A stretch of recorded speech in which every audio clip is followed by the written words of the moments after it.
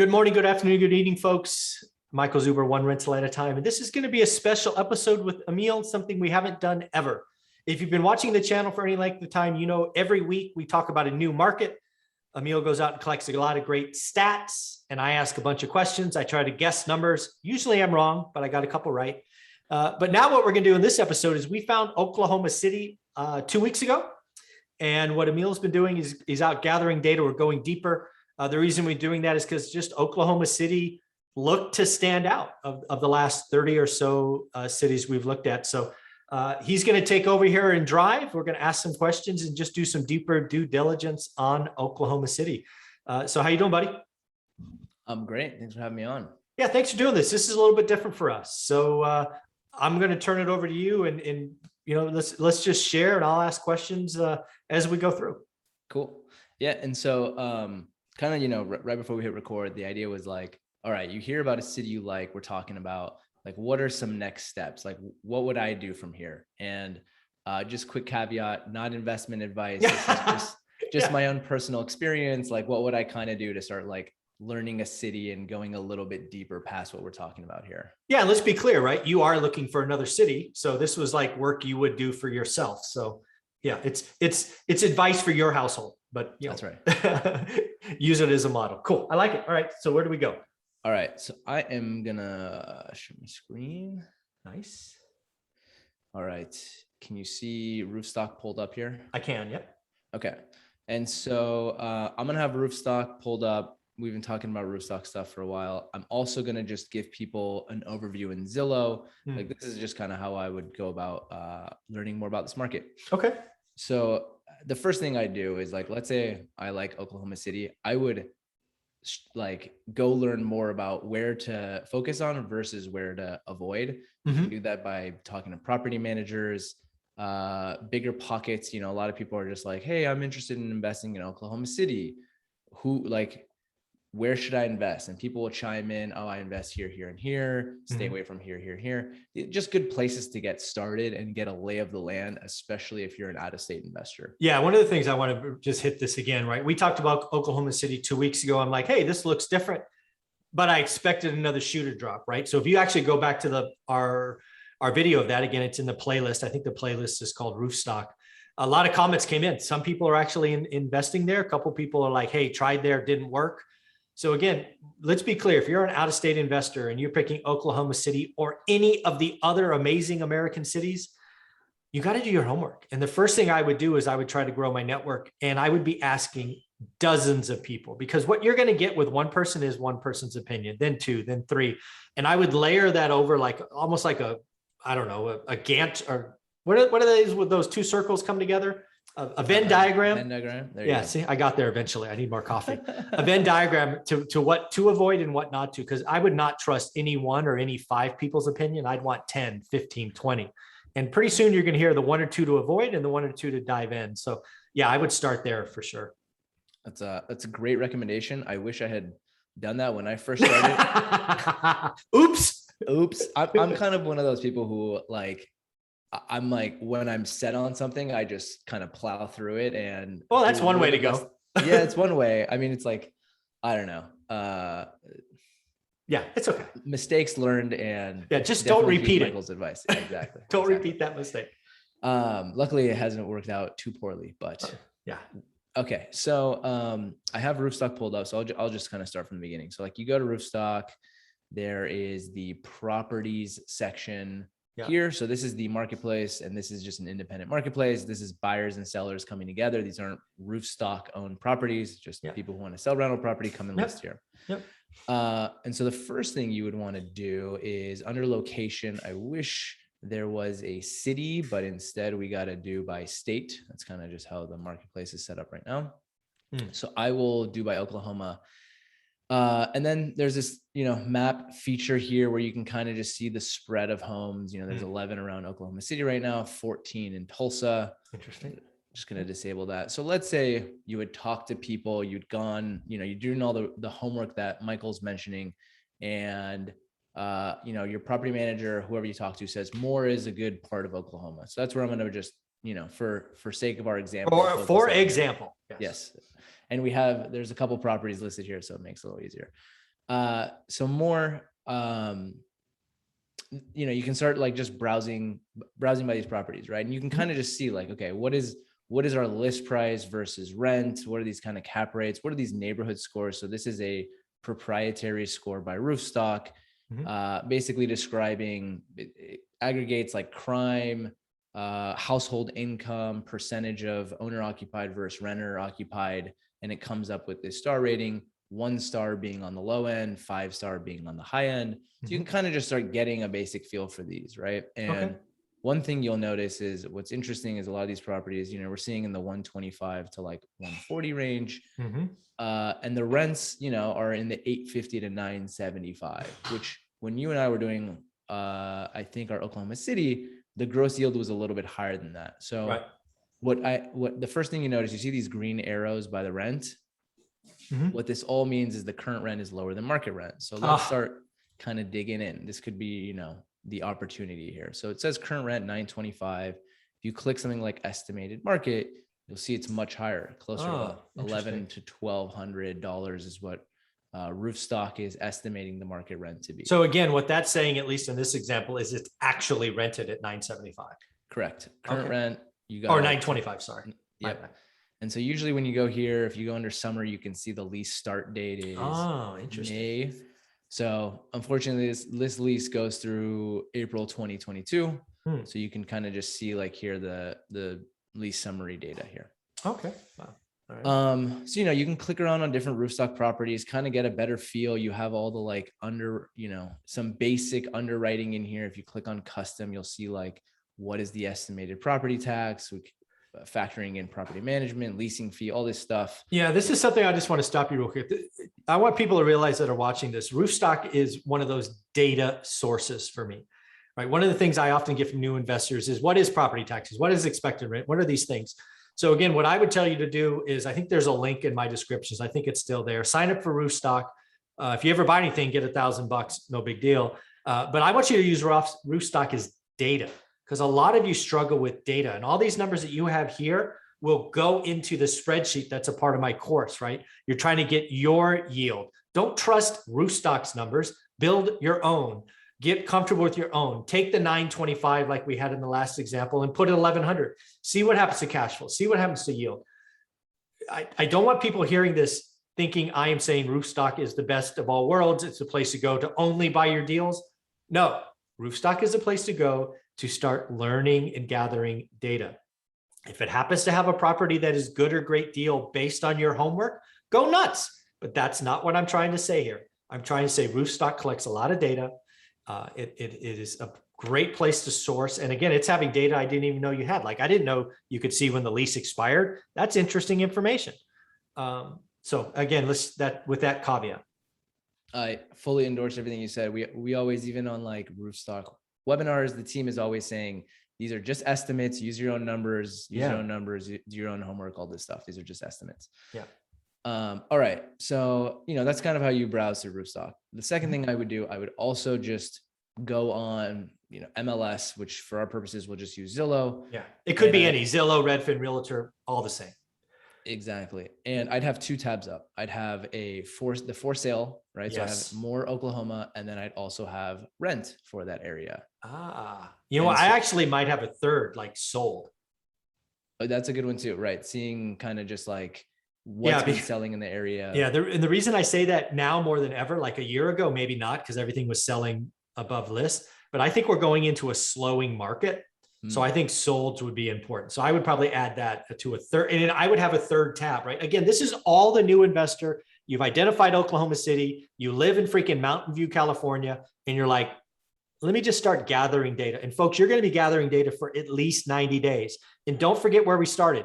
Grow your freaking network. Pick up the phone, call people, email people, engage with people. Don't just build a spreadsheet all by your lonesome in your bedroom. Totally.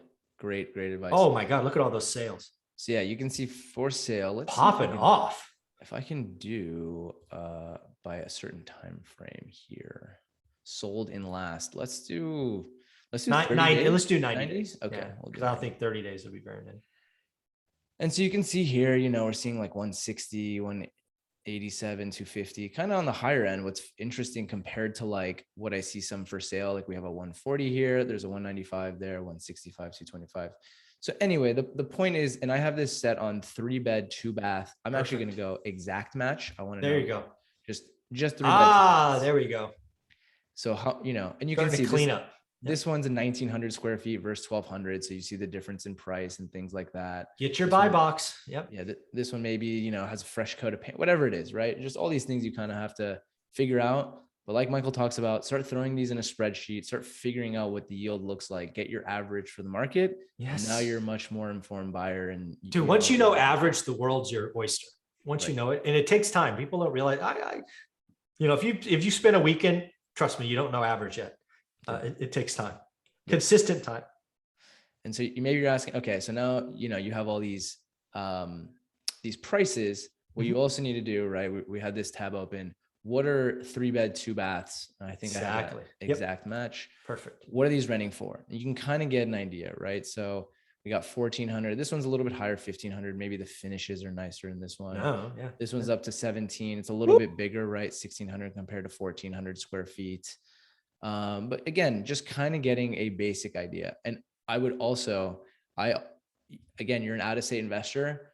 Maybe you talk to a property manager in your due diligence, talk to them, see what they think, you know, in this area of 3.2s, this amount of square feet, what are we usually getting for these types of properties? You know, hopefully that property manager you're talking to has 10 properties they manage and more, and they can kind of give you some more lay of the land, right? They're supposed to be your expert on the ground. And they can maybe help you out too, but you're just trying to get several different data sources to come to your own conclusion here. I like it. So that's like the basics of how I would get started, right? To like determine, there's so many other factors, right? You should, again, you're networking, learn about this area, learn about like how often does property tax change? How could that affect me a couple of years down the line? All these things we've talked about in every episode, but this is kind of my starting point. It does appear that they have 2 zip codes there. I see 73160, and I think I see 70 below.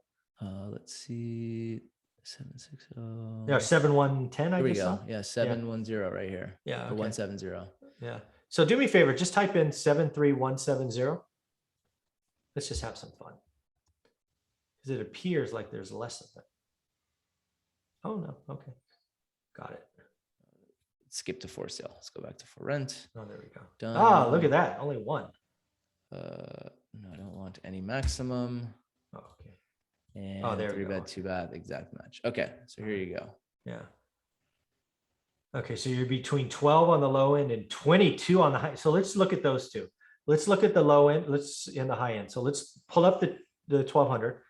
Again, these are just things I'd be doing, right? So okay, I look at this, a 1200 in that area. There appears to be no garage. It could be behind. I don't know. So probably street parking. It does look to be recently remodeled, at least these pictures. Yep. Yeah, no garage that I could see. Nope. Okay. And then how many square feet?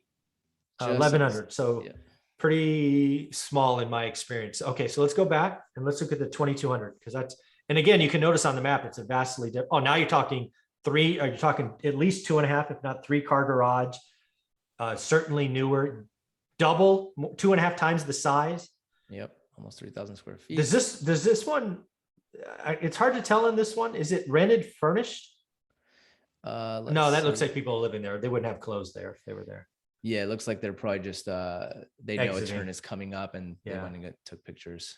So again, these are things I do, right? You get focused. I try to establish the extremes and understand what gets more rent. So again, as you would expect, a 3-car garage gets a hell of a lot more than street parking. All right, well, that's data that's good to know. Then I'd go back to the map. Let's just keep pushing, Emil. Where are we? No, I think into this one. Yeah, there you go. Get out of that. So now let's try 1,600, right? Kind of in the middle. Around. Yeah. Oh, look at that. Now we got a 2-car garage, still single story, at least appears to be single story. Vacant, appears rough and tough. The finishing's not as nice. Actually, not as nice as the first one, which is interesting, but it does have a 2-car garage. Is a 2-car garage worth $400? I think is the difference. Don't know. Nicer backyard. Got a patio back there. Okay. All right. And 500 extra square feet. Exactly. That helps. Yep. Yeah, the other one, again, I don't know the area, but my experience says that third bedroom may be a room conversion. The house may have naturally been a 2-bedroom. So let's go back to the map real quick. Let's have some fun. Let's go look at the 1400 right in the middle there and see what we see. Oh, you do get a 2-car garage, and you have a backyard that's not very well taken care of. And what else do we have? Relatively clean, kind of been well lived in, it looks like. All right, so these are things I do. And then I try to find an area even within the 73170. And these are just all things you have to do. And a couple more things. Talk to everybody. Trust me, most of you are not talking to enough people. And second, get your ass on a plane and go to Oklahoma City. I never want you buying in a new city that you've never been to. That is a recipe for disaster. Yeah, go for it. If you want to click on another one, let's see. Oh, look at that. Now the 1200 rent's not looking so good. For an extra $100, you get a 2-car garage. And in my world, a garage is worth $100.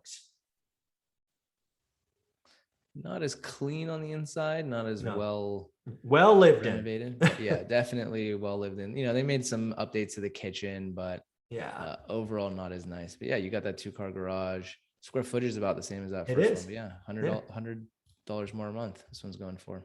So again, folks, if you find a market, you don't just do research in a weekend. You do research. It takes 60 to 90 days. Build your research, build your spreadsheets, calculate your yields. Roofstock will give you some examples to start with, but validate everything. Tell them, hey, I looked up and I think property taxes are 1.3%. Is that true? Talk to people, ask for referrals, network. And then finally, get your ass on a plane and go see that area. Yes, sir. There you go. You want to stop sharing? We'll wrap this up. Yeah, I actually have one last thing I kind of want to show people. So there's something cool about, Roofstock is kind of opening up its marketplace. So like, let's say you find a home on Zillow or whatever, Redfin, that you like, right? Sure. Like, let's say this guy, right? This, whatever, I'm just going to click on one. You like this home, right? 821 Southeast 9th Street and more. Oklahoma. What's not to like? I love it. Yeah, it's great. Amazing, right? And it's obviously not on Roofstock's marketplace, but there's this cool feature now. It's actually up here under bring your own properties, but sometimes at the end of these like image, you'll see this card as well. It's called bring your own property, bring any property to Roofstock, and you can get all the guarantees and all the Roofstock helps you out with the transaction process, all the like, you get all the benefits of Roofstock by bringing a property that you find off the MLS. And so you can submit a property. If Roofstock approves it, you can buy it through Roofstock and again, get that safety net. Interesting. You get that 30-day money back guarantee, the lease up guarantee on vacant homes, and you get a free property inspection out of it. So if you find a home off Roofstock, you can also submit it through Roofstock to buy there. I did not know that. I think that cool seems pretty cool. Feature there. There you go. Stop sharing. Cool, man. Well, first and foremost, thank you for doing this, right? Historically, we've just talked about cities. I thought this one warranted more effort.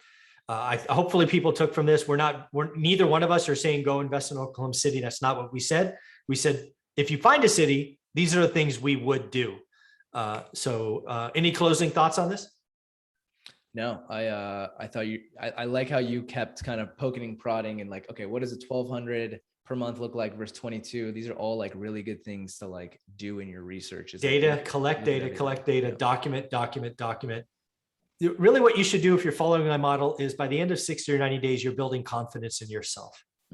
And you should have an impressive network, right? You should know a lot of people in our example of Oklahoma City in 90 days. So Emil, thank you very much for doing this. Folks, there's a playlist below. You can go back. How many cities have we done? Like 28, 30, 31, something? Something like 25 to 28, somewhere around that range. Pretty amazing stuff. Go back and look at them. We've broken down all these different cities. Thank you very much. And we'll talk next week. All right. Talk to you soon. Yep.